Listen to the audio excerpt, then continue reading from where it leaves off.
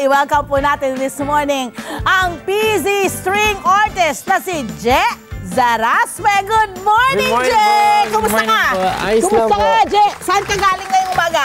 Jamie Cavite po. Ay, malayo-layo! Yes, ano po, oras ka na nagising? Hindi po ako natulog. excited.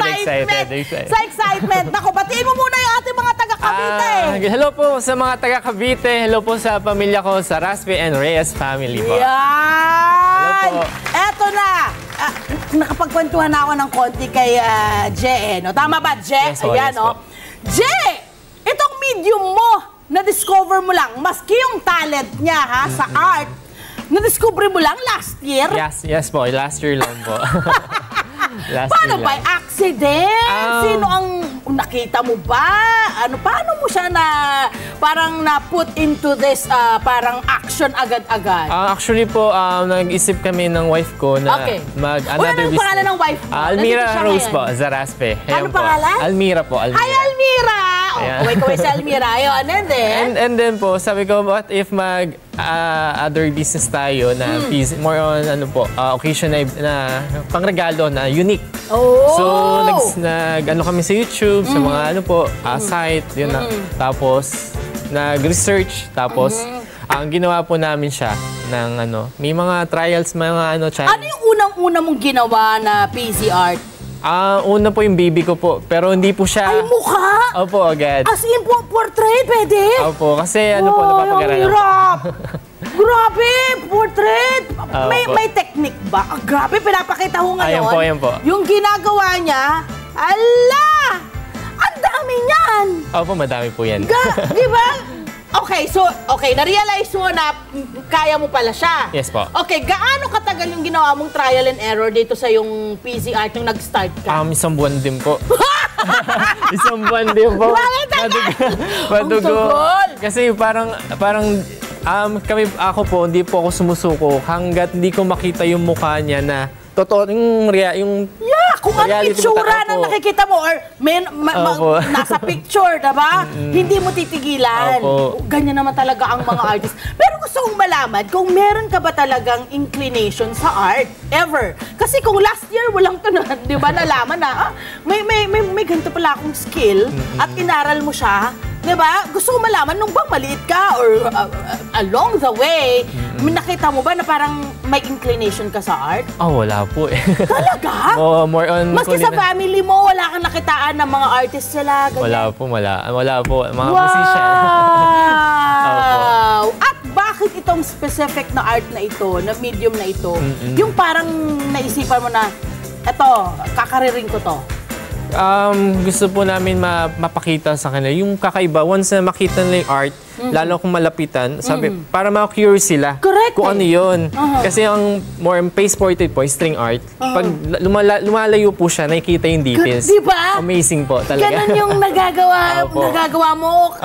Parang, tapos, ano yung proseso mo pag ginagawa mo siya? Parang ano yung mga, kailangan, nasa mood ka ba niyan? Kailangan ba? Kasi ganun kadalasan ng artist eh. Parang hindi ako makakagawa pag hindi ako nasa mood. Or parang, di ba may ganun sila? Ganun ka rin ba? May gear, may gigil na factor na emotion na talagang feeling na gusto kong gawin talaga siya na ma-perfect ko hanggang, ayun po, ginawa na namin siyang business. Ayun po, na po. Madami na po nagpapagawa. So gusto ko ikaw lang mag-isa gumagawa lahat? Wife ko po din po. Kayong dalawa na!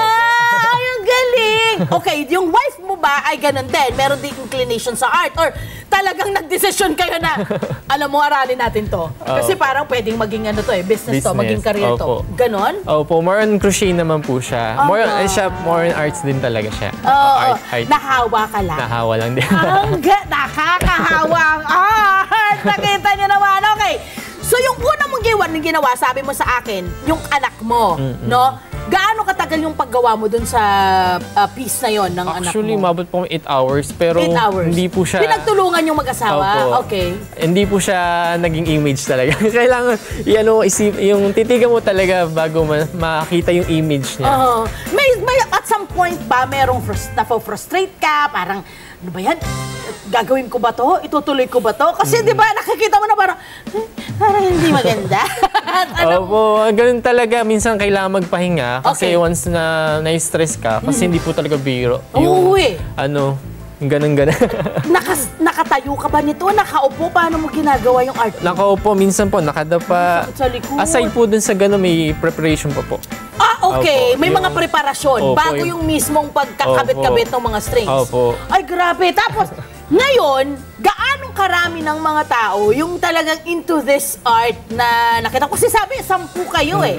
Meron na kayong grupo na kayo-kayo lang? Wala po. Nakikita ko lang po sa mga social media na mga gumagawa din po. Oo. Ayun And nalaman mo na 10 nga lang kayo. Mga At ganun isa po, ka doon. makikita ko po, Anong pakiramdam na ikaw at ang asawa mo ay isa doon sa mga gumagawa nitong PZ art na to? Masaya po.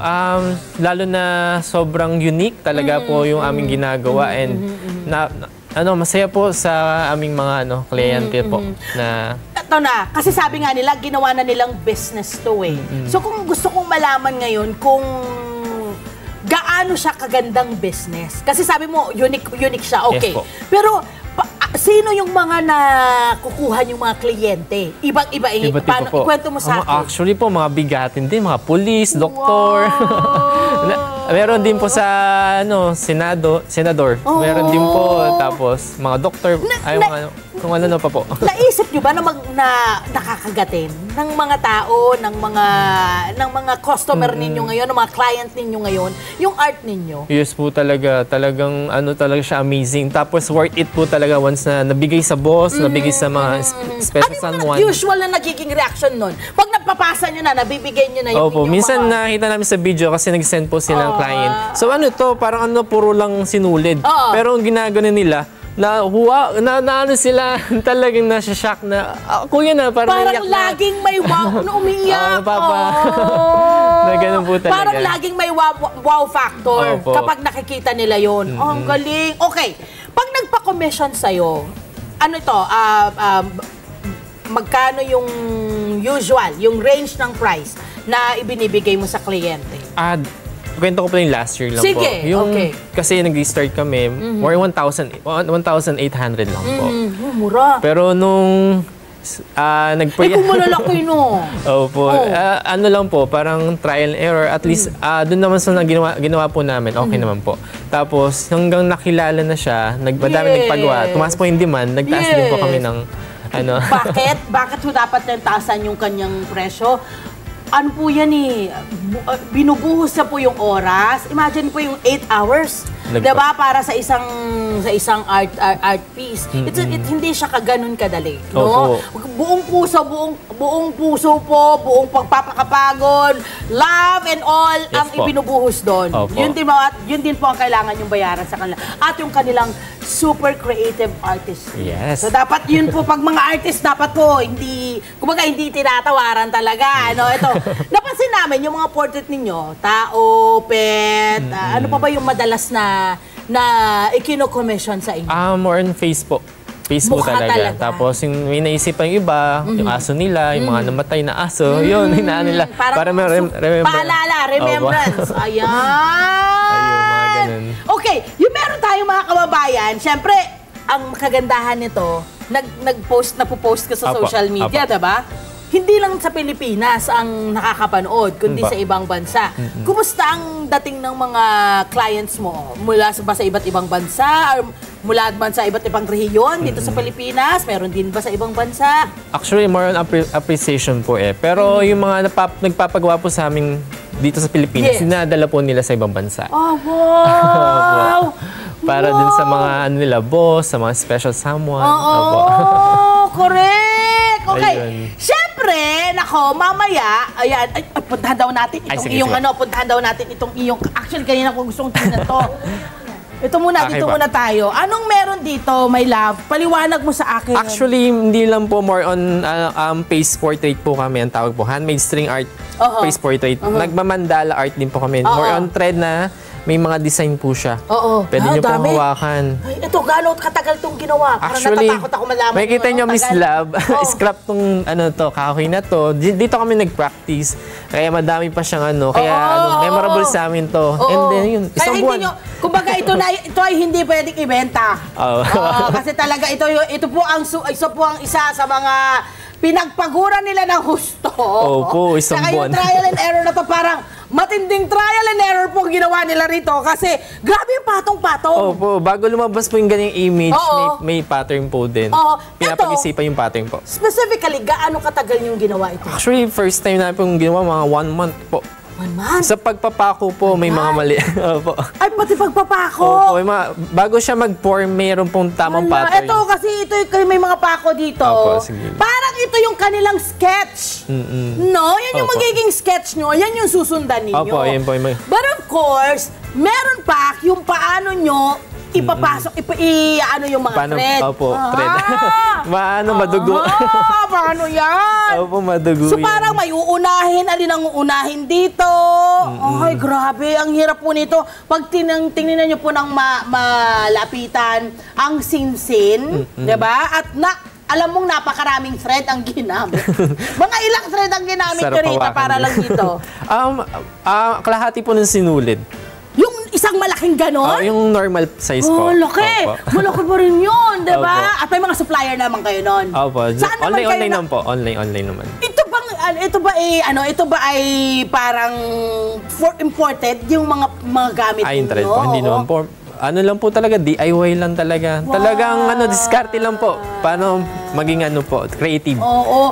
Hindi ba siya madaling masira? Hindi po, kahit ganyan Ano po ang siya. tamang pag-cared sa mga ganitong klase? Actually, brush lang po sa mga sinulid, punas, ganun lang. Oo. Ito naman. Okay po. Ito, ano to? Ito po yung handmade string art paste portrait po. Handmade. Na mapapansin niyo po sino po kaya siya. Ako yan!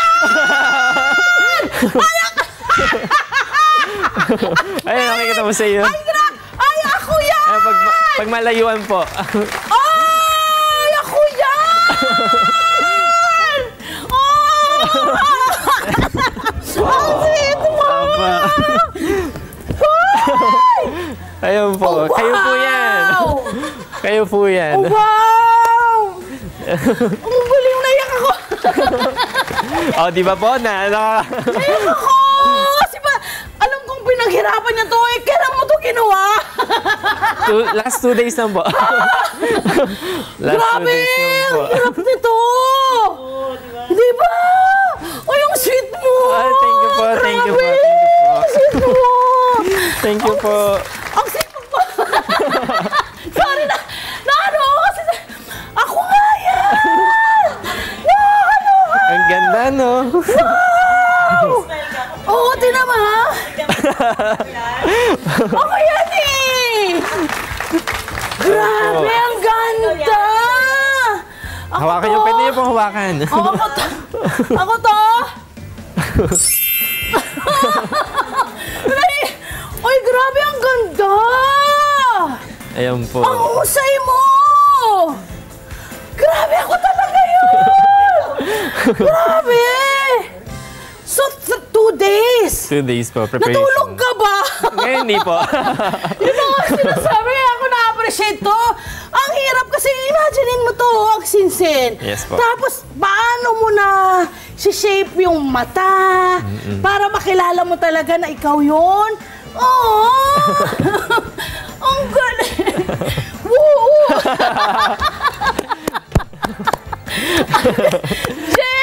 Thank you po. Thank you po sa Kwentuhan muna natin, ha? Kasi meron dito mga numero. Yes po. Anong ibig sabihin ng mga numerong nandito sa gilid? Actually, Miss Love, ayun po yung pattern. Parang sa cross-stitch. Okay. May mga numbers din po. Okay. Dito din po may mga numbers na ilalagay yung bawat thread. Ayun. Opo, Tapos ganun po siya. babalik-balikan mo yan, gano'n? Opo, titignan po siya. Grabe, ang hirap pala. Hi! Sumama naman sa profile, mga Kanet25. This is Love a New Verbo. For more love to the pet and everything updates, just click the subscribe button and follow us on our Net25 social media pages at Net25 TV and Net25 Entertainment Facebook. See ya. I love ya. Mwah.